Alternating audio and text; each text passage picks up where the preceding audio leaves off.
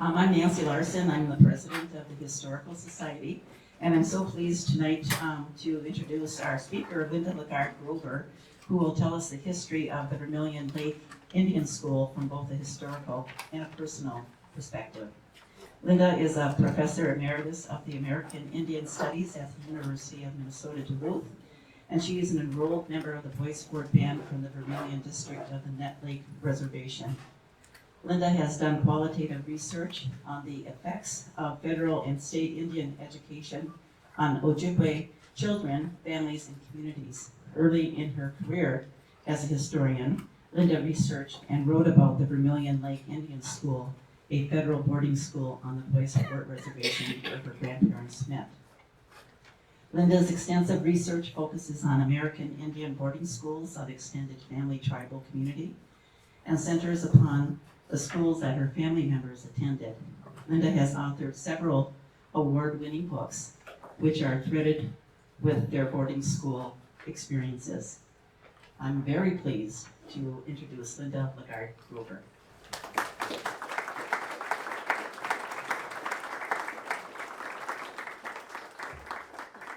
Thank you, Nancy, and thank you for inviting me here, and for everybody who came here.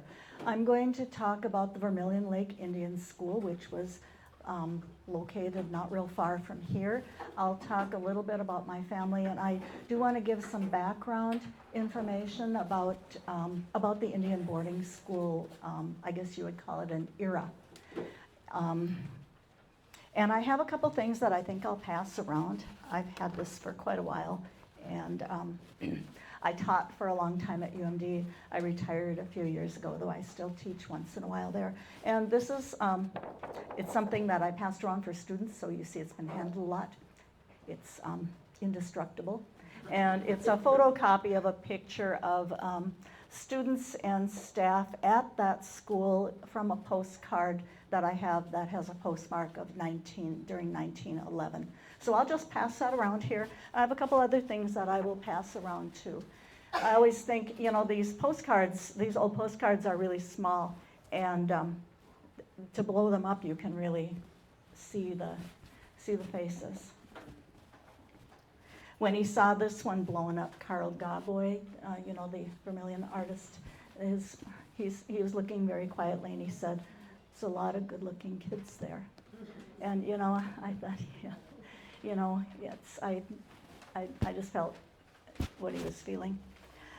Then I have written about the Vermilion School, and this is in Minnesota History, Minnesota Historical Society magazine. This is from 2021, and it's kind of revision from an article that was published here a while ago. And I'm going to pass, I have 2 copies of this, so I'm just going to kind of pass them. I think that if you go online, that you can look at these articles for free in back issues. So I'll just start just with a couple of these. And most of these pictures here are in my slideshow too. So with that, thank you everybody for all your help with technology and everything else too. So here we go. This is a picture of the Carlisle Indian School, and this was in Carlisle, Pennsylvania. This was the first really big federal government boarding school, though there were Indian boarding schools in America here from very, very early times. The explorers came and went in, here and came into the interior of the country. They were followed by, and they were, financed to come here and find things that they could maybe harvest for their own countries. They were followed, a lot of these, and up here is a lot of voyageurs. They were followed very quickly by missionaries who were first sent here to keep an eye on their souls and their spiritual well-being, but then quickly found that there were so many, there was a real untapped population of souls that could be saved. And so the missionaries came in and started the first Indian schools and boarding schools where children would sleep there, stay overnight, and live there. In the first class of Harvard College, when it was founded, was I think there were like 12 promising young men. They couldn't find any promising young women. I don't know. So, and out of that, I think there were 5 of them were American Indian young males who they were going to see if they could educate in that way. In 1819, President Monroe signed an act that authorized federal money to go into educating American Indian children and in boarding schools. And so then the federal government began to come into the business following the missionary schools. The big Indian boarding school, the Carlisle one, and you can see, I don't know how many there are here, but there might be close to 1,000 students, opened in 1879, and that was after the Civil War. Are you hearing me okay? Okay. After the Civil War, when an Army captain who had worked a lot. The Civil War happened, you know, in parts of America, but there were also land issues going on at the same time, and so Captain Pratt had worked a lot with Native scouts and was successful in this, and with American Indian prisoners, and he experimented to see if maybe these young men could be taught to read and to write. And he actually had his wife and her girlfriends helping with this. And after a large group of prisoners that he had brought to St. Petersburg, Florida, had demonstrated kind of like model prisoner type of behavior, he began to petition the federal government to put some big money into schools, and to really big schools. And so Carlisle was his pride and joy, and this was built at an army base in Carlisle, Pennsylvania, which was no longer being used. The Civil War was done, and he built it up as a model school, and other schools followed. Other areas followed very quickly. So this picture is from around 1900. You can see there are girls sitting in the front and boys sitting in the back, and the buildings are attractive buildings. If you take a close look, you don't see a whole lot of smiley faces in there. This was very difficult. Pratt's big theory on Indian education was this: because it worked so well to remove young male prisoners to far away from home and isolate them in that way, and then teach them how to read and to write, to go to school, what might be a kinder and gentler way to deal with American Indians. So it was considered a very progressive thing in his day, and he was really a skilled networker. So just like they do today, you get everybody together who's going to support your cause, right? And who could be against educating young Indian children? So I have to say, there were ministers, women's social and service groups, there were suffragists, all joining together to make sure that their influential spouses, a lot of ladies involved here, would make sure that the government put money into something like this. Pratt then applied how he worked with prisoners to these children. So they had to be, he used to have his prisoners dress in old army uniforms because that was what he had to put them in. So they would wear army uniforms. He cut their hair, and he thought that self-discipline would be a good thing. He didn't like to see anybody ever idle, and he had them marching in formations and drilling and assimilating into larger American culture. He applied that here. So it was very important in the boarding school system that the children be isolated from their families and communities in order to make this a success. So that's Carlisle, because it's famous.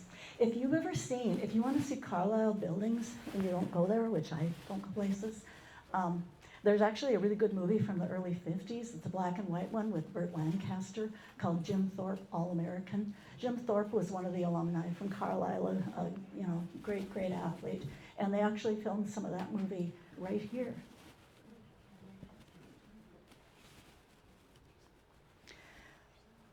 This is a postcard, and you might have seen this. It's copies of it lots of places. I do have an original of this postcard. It's also the title of a small poetry book I wrote a long time ago. The photographer had written at the bottom, "The Indian at Indian School." And it was a series of pictures.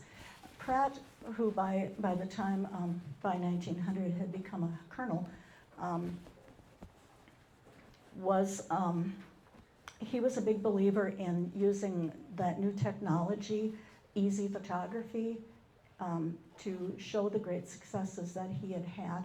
And so there are a lot of boarding school pictures. It's kind of surprising that so many of them still exist. And so that kind of documents a journey through a time period. Tower, Minnesota. See, this is number 6. Why are all the M's backwards?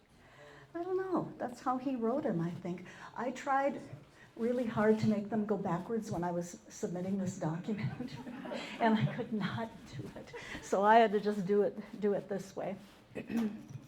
This school opened in probably 1899, and it was open as a school until 1953. It didn't operate as a boarding school probably after, I don't know, I'd say probably, I'm guessing 1930 or so, but it was begun as a boarding school.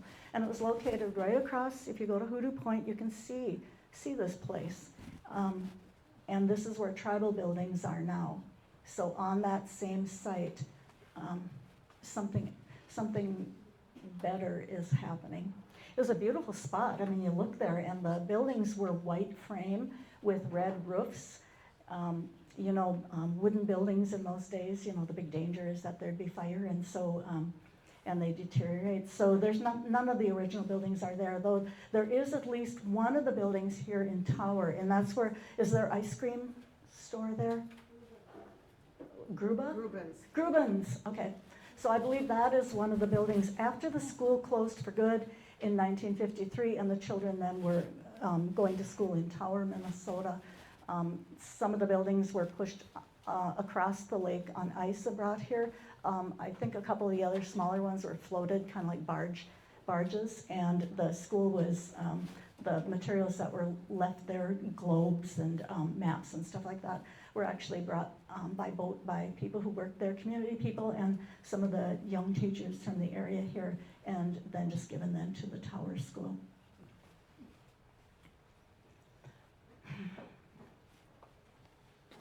My grandparents met at this school, but it's not like a, it's not like a Harlequin romance or anything. She was quite a bit older than he was. She actually married this fella, was her first husband, and when they parted company, she and my grandpa had some children together too. When she became a bigger girl, like the other bigger girls did at school, they had, all the kids at school had to work. And so the bigger girls were responsible for taking care of little children, getting them dressed in the morning, getting them all cleaned up and stuff. And so it was just this odd thing when one of my aunts mentioned to me a long time ago, "Oh yeah, didn't you know that's where they met? Didn't you know that?" She said, "If it wasn't for that school, you wouldn't be here." She started laughing, but she said, but she used to take care of him, one of the little boys there. And then years later, when they were both living in Duluth, they met again. You can see that they're wearing uniforms. The boys' uniforms all came from a central storage place in Washington, D.C. area. The girls' stuff was sent by bolts of cloth every year. And then for the girls who needed dresses, the girls themselves and their teachers made the dresses. And it was considered part of their education to be learning the different types of skills they would need to assimilate into larger American society. They had to sleep there. They had to stay overnight. Even if you lived half a mile away, you had to be there. There is a story, a local story here about this school closed every summer. And the children then went home. Well, most of them. They came from lots of different places besides here. And there is a story that when school was closing for the summer this one time, that the children kept going to the window and looking out, and their families were outside. And everybody was crying because they couldn't understand why. Oh, come on, let's do this. And the children, you really can't trust them that they're really going to let you do this. And it was just very distressing to them, so the teachers just pulled down all the shades. Problem solved, I've looked through a lot of archives and records on this, and the superintendents had to do a lot of paperwork here, giving reports on all kinds of things. They would, just comments on, I don't know, moles, scars, height, weight. Does somebody have something odd in their physicality? Do they have a birthmark? And one year, I saw one of the letters that the superintendent wrote to whoever's in charge in Washington, D.C., thanking them because the uniforms arrived before school started. And this was a first. He was so, very pleased. Thank you so much. And he said what did he say? The coats fit pretty well. The pants, not so good. And so I expect this is another job that the teachers and the students had to do, on top of laundry and cooking and cleaning and working on the truck farm, the vegetable farm, and in the dairy barn, the cow barn. Because they were supposed to be learning something that when they got out of school, they would never go home again. They would just want to stay out in larger American society and just sort of disappear. This is one of I love these postcards, and so, if I find one, I'm so excited, and I did find one just recently, you'll see it. But you can see the buildings are very, very pretty, and this is probably from the early 1900s. There's a couple of little bodies there, you can see it, can't see if it's male, female, child, adult, but they had a classroom building, they had a dormitory building, they had a building with a kitchen and dining room, they had a laundry, they had bathroom facilities in the basement of one of the buildings here. Very dangerous types of stuff health-wise. They didn't get an actual septic system for quite some time, and so the sewage was going into the lake. And the superintendents were writing in their reports, please, can you please give us some money so that we can install a septic system? People get sick from this. Eventually they did. This is another view. It's pretty.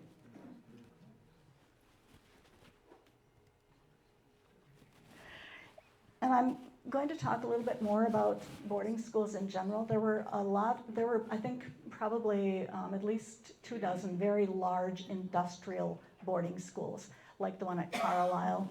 There was a big one in Pipestone, Minnesota, a big one in Toma, Wisconsin. This was in Haskell, which was in Lawrence, Kansas, and that was another very large boarding school. That's a very pretty place too. I've been there, and they actually still have this little gazebo there in their grounds. It's lovely. Now it is called Haskell Indian Nations University, and they offer some 4-year college degrees. It never closed. Even when boarding schools began to close down, this school stayed open, and it just changed its mission. Like Carlisle, they caught on fairly early that little children are not really worth it financially because they take a lot of watching. They cry, they get homesick, they get sick, and they die. At Haskell, like at a lot of other boarding schools, they actually had their own graveyard. And so up until around 1920, children who died there were buried there. This sounds kind of gruesome, but after that time, refrigeration in train cars made it possible for bodies to be shipped long distances. And so there are, after around 1920 or so, there don't seem to be graves at Haskell.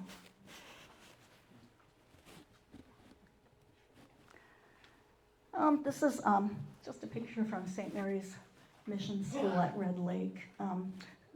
my uncles and their sister, my aunt, went to school here in the 20s and 30s. My family went to many different boarding schools in the generations before me. And there's a lot of reasons for it. This was a very organized and yet also really unorganized effort. And so I thought one thing that was so interesting is that the superintendent of each school was responsible for getting his own students. And so they go around recruiting and stuff, driving around in a wagon and picking up children. In the early 1880s, schooling education became compulsory, mandatory for Indian children. And so after that point, you had to go someplace. You had to go somewhere or you're breaking the law. Your parents could be imprisoned, and some parents were. Also, one way to encourage people to send their children there is in some Native communities, reservation lands and stuff. People by that point were so poor, they'd been put onto smaller and smaller pieces of land to live on, and so many communities could not harvest and live from the land the way they had, and so they really didn't have enough to eat. So government commodities then became part of our diet, and that had its own consequences. But during the boarding school days, in some communities, in order to really get these kids to go to school, commodities would only be sent enough for people who are 18 and older. And so so parents were told, your old way of doing things is gone, it's dead. It is no more. One thing you can do is save your children, and this is how you can do it. See, they're all wearing the same fabric dresses. That was what was sent that year, I guess. This is the government school at Red Lake, Minnesota. Red Lake had 2 boarding schools. The missionaries were there first, so they had a mission school. The government came in and built a school. They had to come to an agreement between the two. Who gets the children? So generally, they agreed that local people could go to Red Lake Mission, and students from outside who had been gathered up and sent there would go to the government school. My one uncle, their life was so chaotic, and my family is not unusual in any way in having a chaotic life like that. So they were at the mission school, then they were at the government school, and he told me that the government school was better. He said because the food was better. He said, and you got uniforms for clothes, and you weren't getting dressed out of boxes and barrels that were sent from churches that just sent their stuff for the kids to wear. He said, and the shoes were good. He said they were new. I thought, oh my, new shoes. This is a picture of in Pipestone, Minnesota, where my grandfather and his brothers and sisters went for a while too. This is kind of a dumb postcard. You go to, you go to the drugstore and you buy a postcard for a little bit. So this one at the bottom says, "Ready for dinner, Indian School, Pipestone, Minnesota." So, just like, oh, isn't this fun?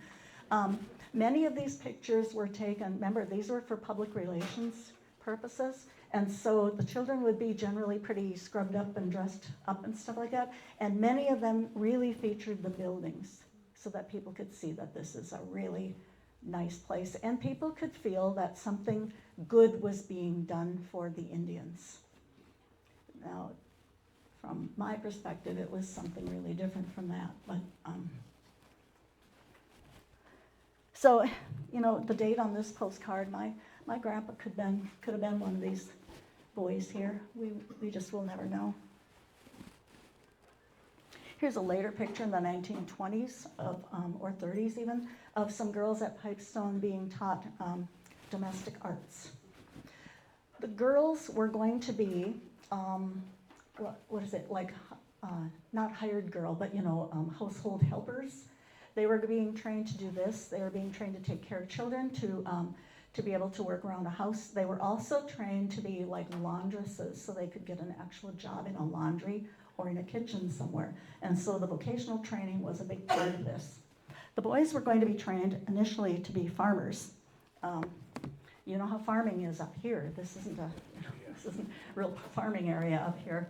But they did have the dairy barns here, and I think last time I looked, the shell of that dairy barn was still little bits of it you could see.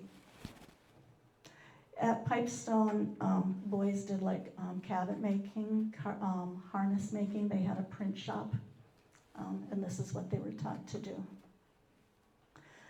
Runaways were a problem at every school. Children were running away. It was easy to find them because they were headed home. And so and there were in some parts of the country, there were people who were kind of like bounty hunters, guys who would track them down and bring them back for a fee. In other smaller schools, when my uncle and some of his friends were at the Hayward School in Hayward, Wisconsin, they ran, and by the time they got to Duluth where their mother was living, there was already somebody from the school waiting for them. Because, you know, when you're, 12 years old, you probably don't give a lot of thought to that. So there they are learning to cook. Here's boys in the, I don't know what shop this could be. Whatever they do.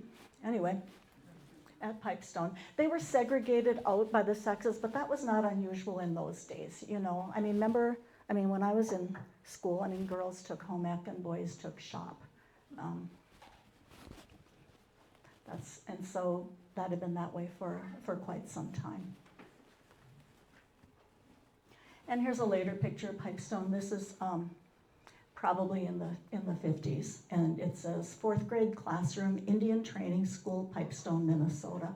And so, you know, they're very busy studying for the picture. Yeah, and when I was in school, we had desks like that too. But in my generation, we got to go home every day. And I remember one of my uncles telling me once that he went to a different kind of school because they never went home. And I said, well, you know, I said, well, were you a busser? He said, no, we didn't ever get to go home.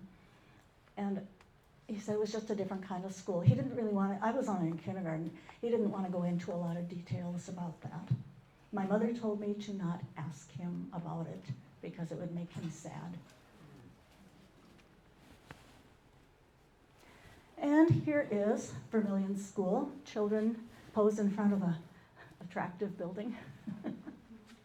So my grandmother is this girl here. One of these girls, and I can't remember which one my uncle said was one of her little sisters. And this is probably, I would guess, around 1905, maybe. You can see, you know, the boys have their coats and pants. The girls have the matching fabric dresses. Yeah, these coats don't look so good. Some of them, they're over their hands, aren't they? So getting their picture taken. These are some of my grandpa's sisters. They went to Vermilion School, and they went to Pipestone, and then a couple of them went to Haskell, which was, you know, by then in the big kid business. So they would only take children who were like 15 and up. The grades were different at boarding schools. It was, the education, the curriculum was not the same as at regular schools. Here at Vermilion, the students were there till they were probably 16, 17, but what they did academically was roughly the equivalent of a 6th grade education in the Tower public schools, and that was that way all over the country. So the emphasis was not on academics. The three big things that they did at boarding schools, the big emphasis was on assimilation, which is, if you don't speak English, you're only going to speak English here. If you have long hair, your hair is going to be cut. You are going to dress in a uniform. You are going to go to church and chapel here, and you're going to live this particular life. So I can't imagine what it would have been like to be working there. A lot of the teachers that they had there were perhaps not, you know, the best teachers. And also there were people who really believed in this and had kind of like a zeal for it, which I think is much worse, who did some tremendous harm.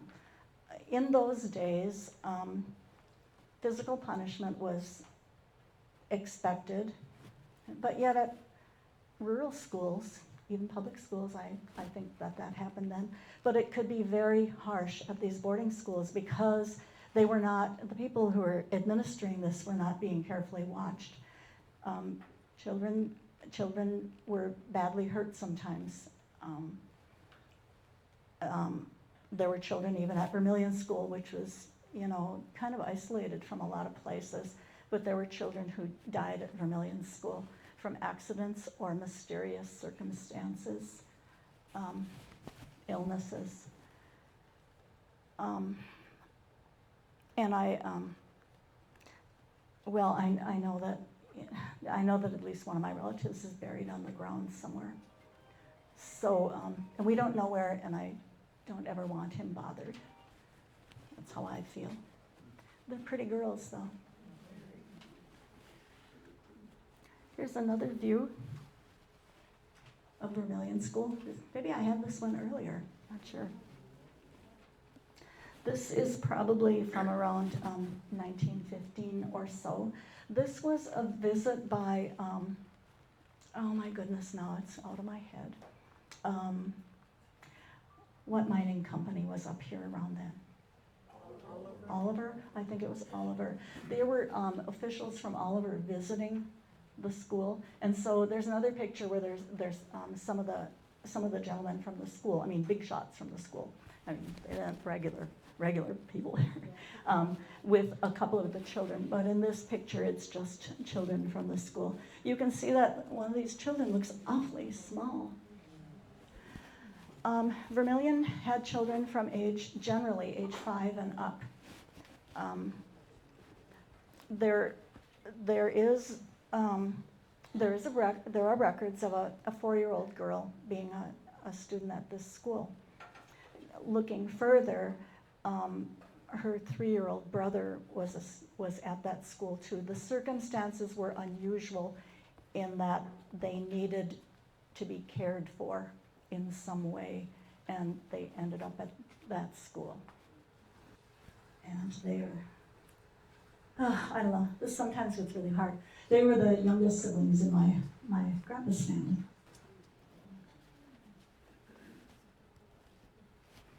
Cool picture of the dining room in the series. We always wondered about this. Why are there tablecloths on the tables? But it looks good. Somebody said, how come they have such a torn up flag up there? Somebody told me that their theory was that this might have been a really honored flag from something that had been brought there. And so I'm going to have to look, and maybe I'll come across that sometime. There might be great meaning to this. You can see that there's somebody in the little window back there in the kitchen, somebody in the doorway, and some girls standing back there. Life was really hard at home. I think parents, could take a little bit of comfort thinking that, well, yeah, they will be fed, they will be clothed. Oh, this is my grandpa and a friend of his. I think this must, I can't quite tell. His mother wanted very much for him to go to Haskell because his sisters were there, and he was a little bit too young. He was a year too young. Also, he was a big problem because he was a chronic runaway from Pipestone. But yet, I'm reasonably sure Pipestone didn't have good-looking uniforms like this. My aunt who went to Haskell, how she described it, she went there in the 1920s. She's gone now, but the way she talked about it, she said, our uniforms were sharp. So then she described them. Actually, they probably are kind of sharp. They weren't their everyday uniforms. She said for every day they wore striped, like mattress ticking, that fabric, dresses out of that. Those were their work dresses. They had dark skirts and blouses, and then their sharp uniforms were actually kind of a dark, heavy wool, and the boys had like stripes up the sides of the pants and things on the jackets, and she said the girls had capes. She said, so, if things aren't weird enough, she's telling me that on Sundays, townspeople from Lawrence, Kansas would come out to the football field because they were a really big football school. So she loved the football. She loved talking about the football boys and all the fun they had. But she said all the students would drill and do formations on the football field on Sunday afternoon, and the townspeople would come and watch. And she said, and when they turned, she said our capes would fly out. And I don't know, she was so sweet. She had an appendicitis attack when she was in school, and they had to operate on her. Big deal then, you know.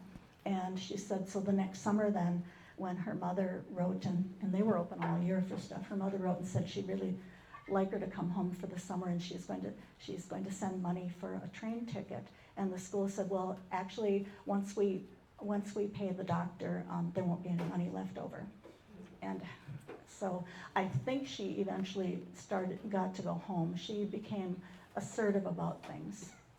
She actually told me she was punished often for things she didn't do. She said, there's another funny story. She said, I don't know if I can really blame them. She said, we all had boarding school haircuts. Boarding school haircuts are, like flapper type hairdos, and we all wore the same glasses. She said I was always being grabbed because and being punished. And she said I finally just went. I know this is her story. I finally went into that superintendent's office and I said, if all I'm going to be doing here is scrubbing those stairs, I think that I'd like to just go home because my mother needs me there and I can do things like that for her at home. I don't know if that actually happened or not. But yeah, I mean, she scrubbed stairs a lot. She's a very mild lady. I can't imagine her disobeying anybody. But this is very poor quality, but these are, this actually identifies some of the students at Vermilion Lake. This is, the girls are, you can't see this here, but they have in front of them like a basketball that says VLIS, Vermilion Lake Indian School, painted on it. And I think they may have been a team of some type. And then these are a couple of boys in their uniforms. And the boy on the right, his descendants still live in this area.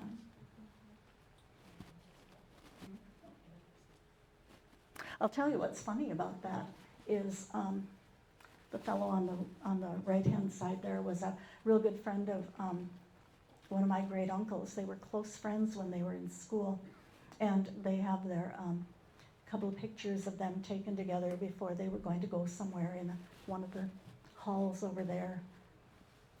There's a big moose head hanging over them, but this is northern Minnesota. Years later, at UMD, in Indian Studies, a new professor was hired, and he had the room right next to me. And so I'm Wilbur Riggert's great niece, and he is John Anderson's grandson. And there we were in college, telling people about things. I asked what I'm gonna ask. Yes, Their last names, like Anderson, doesn't look very Indian or native. No. I mean, how did people get their last names? Often these were changed. When children went to boarding school, sometimes they got their names changed. Or they married somebody, or didn't marry somebody and had children. I mean, I'm a LeGarde. You mean, so these would maybe be their names now, but it wouldn't have been when they were a child? Oh, probably was. I mean, people in my family have been LeGarde for a long time, but that's not an Indian name, that's a French name. But that's our name. So, yeah, we've kind of taken over. So now LeGardes are Indians. No. So, yeah, but that's it's a really good question. But, and there are children at some schools that have names, but they're always in English, like translated names, like Tubuls and stuff like that in the Dakotas. But here, sometimes they just got a new name from the missionary. This is a nice name. I have a novel where I write about a family named Washington. And the reason they got named Washington is the men in their family, many of them are called Wajeshk, which is the muskrat. And so Indian agent thought, wouldn't you like to have a really nice new name? Wajeshk, what's that? He writes down Washington. So actually there are a lot of Native people whose last name is Washington too. Black people too, yeah. My great-great-grandfather was George Washington Danielson. So,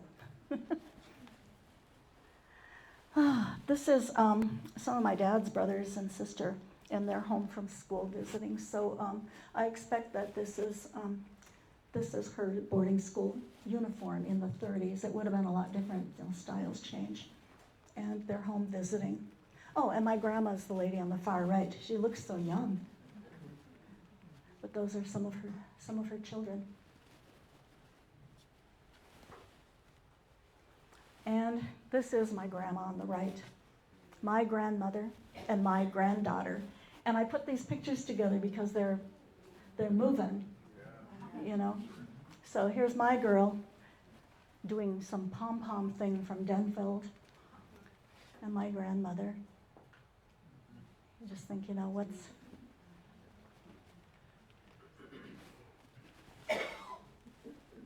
This is one of my daughters. She is at an Indian education conference. So my dad used to always say to us, he sewed a lot of things, but he would say, make it your own. Just make it your own. And so that's, what I've tried to do with education. A really, really difficult, painful history. Make it your own. So yeah, I made her a skirt to wear there. She's got her name tag. She's a teacher.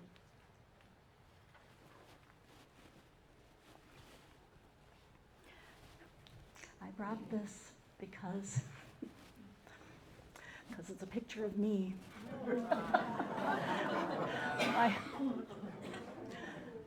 I went up at UMD. I got hired in there in 1985 as the Student Affairs Secretary in the College of Education. I'd worked in Indian education up here for quite some time. Would have loved to continue working in Indian education, but I did this. And I was in Bohannon Hall, where the education department is. And, this picture was in a storage closet for many years. It was all wrapped up in paper, and we had a dean there who didn't really like the picture much. I think it's pretty good.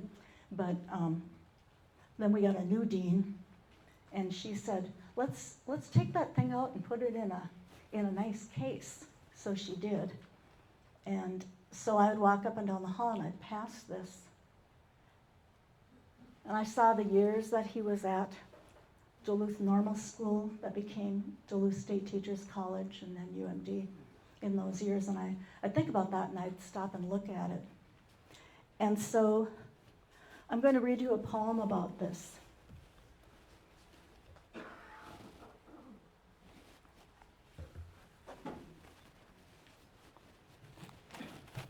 I enjoy writing things.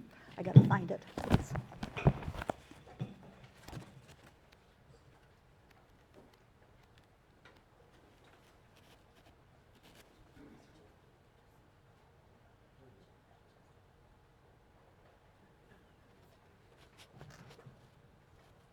Oh, there it is. My husband tells me I should always mark things ahead of time.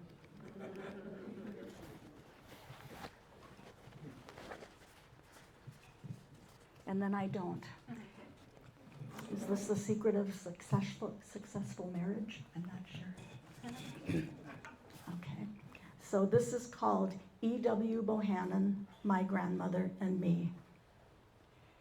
E.W. Bohannon rests upright under glass, blind blue gaze, dignified and detached, calmly afloat on a pale sea, enigmatic doldrums of cured oil beiges contoured on a flat, stretched canvas. More often than not, more often than I should, I pause here. My rushed steps down this tiled, wax-dusted hall slowed, drawn to the painterly portrait of this long-dead educator, and to my own superimposed reflection, shadowed palimpsest that traces a third face, silent plains of my own grandmother's, whose years and her children's at boarding schools, Red Lake Mission, Tomah, Hayward, Vermilion Lake, Red Lake Government, Pipestone, coincided with E.W.'s tenure and now collide in the layering of countenances. Pondering his academic gown hood demeanor and his civilized world of books and order, preserved in oils now dry and fragile as his flesh and bones, long moldered to powder underground in darkness to dust. The brass plate at the bottom of the portrait, Eugene William Bohannon, President, Duluth State Teachers College, 1901 to 1938, is a small grave marker in a toy cemetery, a headstone at the foot of a canvas imitation of life forgotten for a half century while the world beyond the storage vault reinvented itself, history repeating history, the robed and seated scholar shrouded indefinitely in brown paper secured by twine while he waited as Wells' time traveler for the machine to halt and tip him sideways back into the endless argument over what is light and what is dark, what is Eloi and what is Morlock. Since his resurrection, E.W. has seen the light of day only in the building that bears his name, in this dreamlike portrait, painted in what looks like the most civilized of times. From behind glass, he then blinks, slowly, through the reflection of my grandmother's eyes at this loiterer that I am, who pauses more often than she should at this case to wonder, to ponder the parallel worlds between his existence, her grandmother's, and her own, attempting and failing to reconcile the present with the past. Yet, fearlessly, I hope, we stare him down, my grandmother's shadow and I. Without expression, we blink slowly back at E.W. Bohannon resting upright under glass.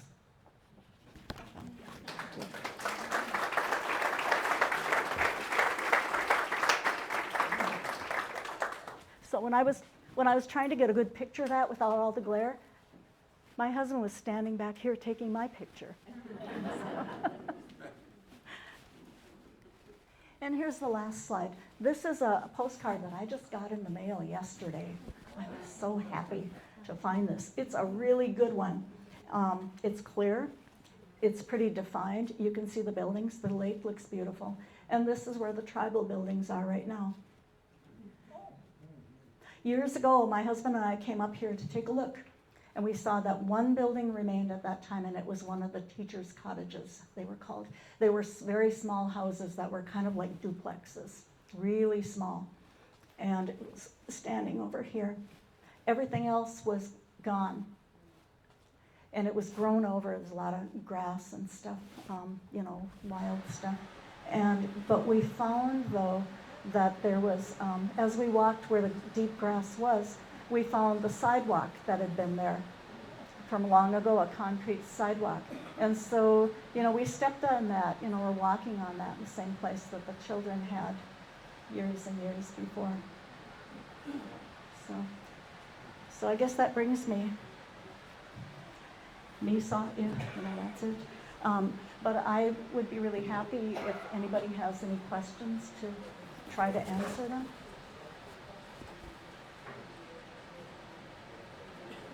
There's one. Early on in your presentation, that a lot of the students were prisoners after the Civil War? The question is, were the students prisoners after the Civil War? No, I don't think so. When I was talking about Colonel Pratt, he had worked with American Indian prisoners, and he had found that bringing them far away, because they were from like the Great Plains area, and he found, he was looking for a place to imprison them, and he found an old Spanish. Did they fight in the Native Americans fought in the Civil War? No, these are the Great Plains Wars of American Indians during Civil War times. Yeah. And so working because he had experience working with prisoners, Indian prisoners, and these were young guys, Were they prisoners of war? Had they broken the law? That's never really been determined in legal studies about things. But he thought it would be a good thing to not slaughter people physically, but instead to have them disappear and solve the big problem that we created by existing, to solve that problem by assimilating their children and future generations. Yes, I've heard that Lake was very resistant. very what? Very resistant to sending any children to the boarding schools. That they Yeah. hid the kids. The comment was that Net Lake, this here and over at Net, were very resistant to sending their children. They were. And the thing is, when you live up here, there's a lot of places that you can go that it's very hard to find you and your kids. The reason that there was a boarding school here at all was because people were very resistant. There's articles, I think from the Ely paper from a long time ago, saying what a shame it is that these little Indians are not being schooled, are not being educated. Because of course they couldn't go to regular school, right? What to do. So it really was with the skill of Iron Range politicians at being able to sway things that the federal government actually then built a school up in this area. But it was not to serve only these children here. There were children here from far away, but lots of children from this area. My grandma's family lived kind of in Tower and north a ways. My grandpa's family, he was from Fond du Lac, which is southwest of Duluth, and they actually, his father was working at Mountain Iron, and but the kids wouldn't be going to school in Mountain Iron schools or in Tower schools. There were other schools for Indians. It's a weird concept, but behind that is Colonel Pratt's philosophy of how did he, you probably heard this before, where one thing he said was that if education were a religion, I'd be a Baptist because I believe in holding the Indian under until he is thoroughly soaked. But another thing he said was that you must, he didn't mean this literally, that you must kill the Indian in order to save the man. And that was his philosophy, and that affected Indian education for many years. The boarding school system began to be dismantled in the 1930s. The government commissioned a report in the 1920s, the Merriam Report, to look at how life was in Indian country, especially in education and health, and it just blasted both areas. And so with that, the boarding school system began to be closed. In Minnesota, the Pipestone School in southwestern Minnesota closed in, I think, 1953. And that was, I don't know if you've read the great writer Jim Northrup, who's no longer with us. He went there when he was like 6 years old, and then the school closed shortly after that. But when you think about that I mean, people of our generation, many of us here in the States and especially up in Canada, were in this same type of system.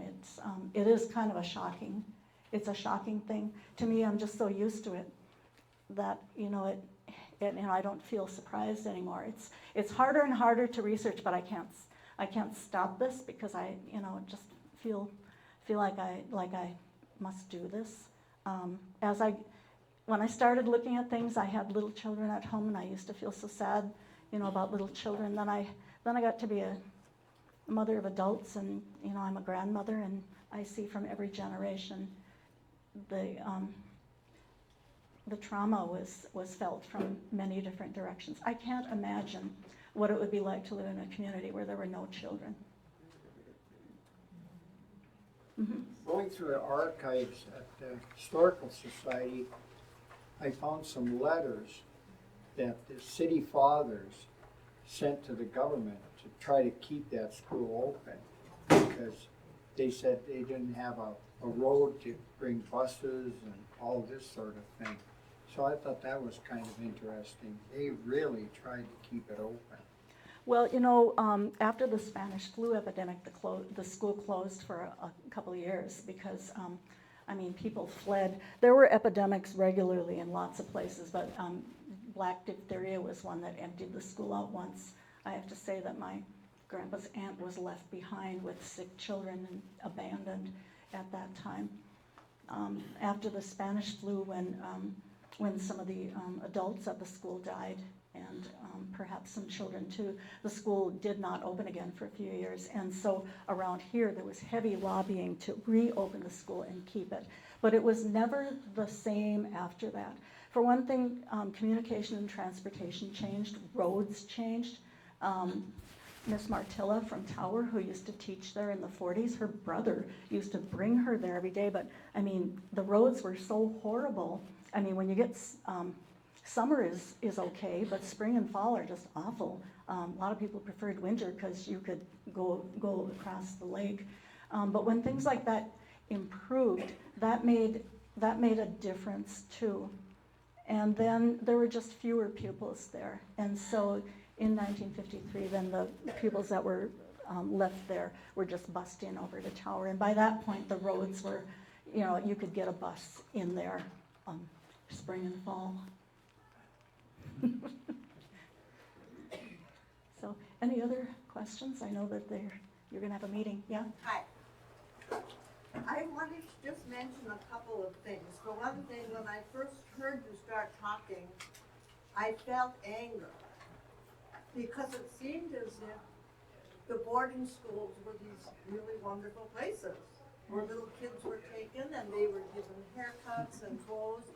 But what really was happening, I was studying at the University of Minnesota Indian Studies Department, and we were told stories of the schools, which were not very good stories. There was a lot of sexual abuse, physical abuse, and a lot of these little kids just tried to run home and they would get lost and they would die because they couldn't get there.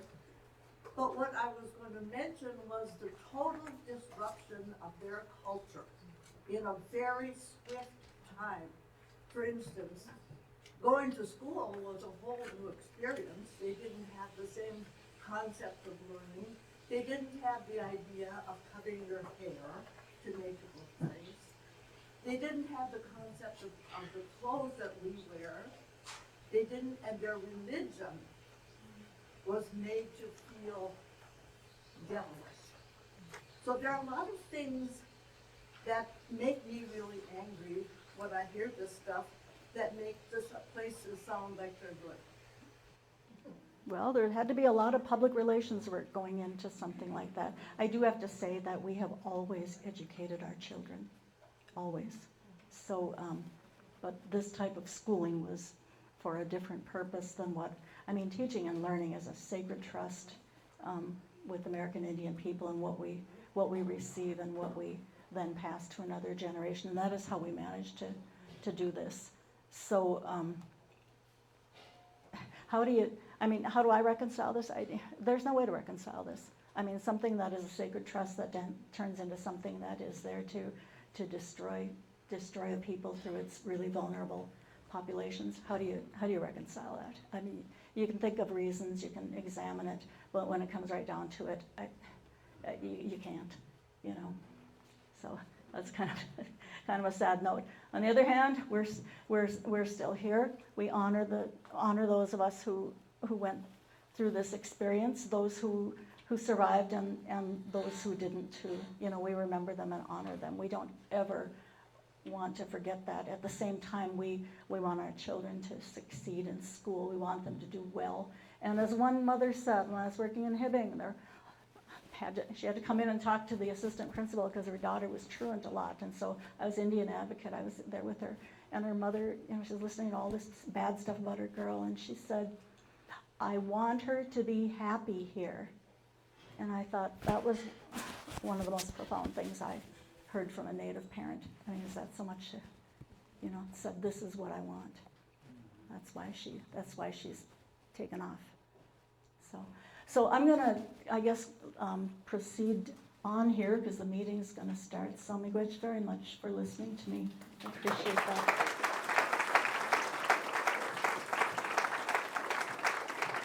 Thank you, Linda. History education is really important, and thank you for sharing your story. Well, so much personal experiences, and so we really appreciate it. I'm sure we have a lot more questions, and maybe we can catch Linda maybe during the dinner or after the dinner. So thank you, Linda.